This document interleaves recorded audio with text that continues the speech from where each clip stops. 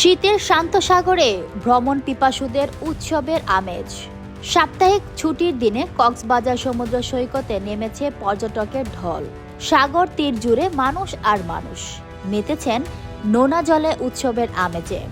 আর সমুদ্র স্নানে নিরাপত্তা নিশ্চিত করছে লাইফগার্ড সংস্থা।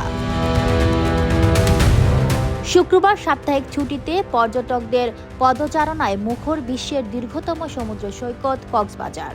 প্রতিটি পয়েন্টের সাগর তীর জুড়ে পর্যটকদের পদচারণায় মুখর। ভ্রমণ পিপাসুদের এই ভিড় যেন সৈকতে এনেছে এক উৎসবের আমেজ। তীব্র রোদ উপেক্ষা করে সবাই মেতেছেন প্রকৃতির অপার সৌন্দর্যে।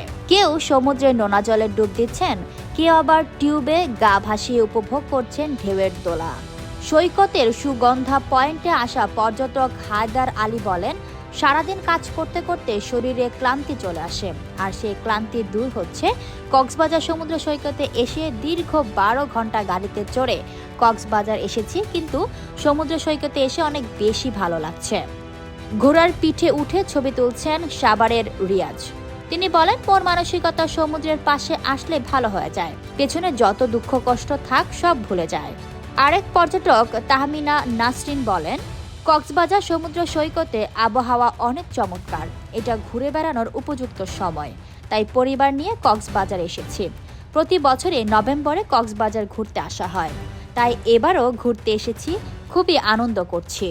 পর্যটকের এই ভিড়ে খুশি স্থানীয় ব্যবসায়ী ও ফটোগ্রাফাররা। বাড়তি আয় নিয়ে আশাবাদী তারা।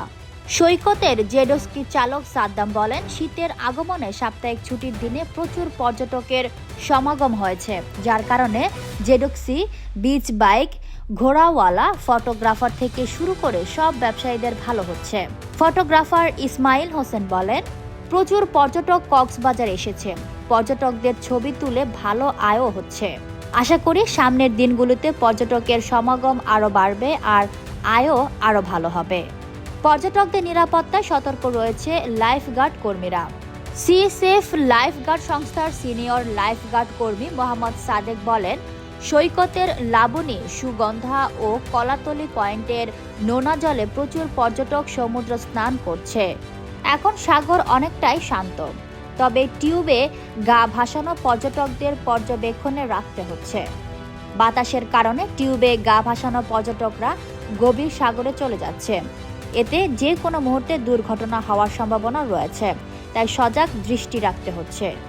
এদিকে পর্যটক হয়রানি রোধে জেলা প্রশাসনের পাশাপাশি সৈকতের নিরাপত্তা নিশ্চিত করতে কাজ করছে ট্যুরিস্ট পুলিশ।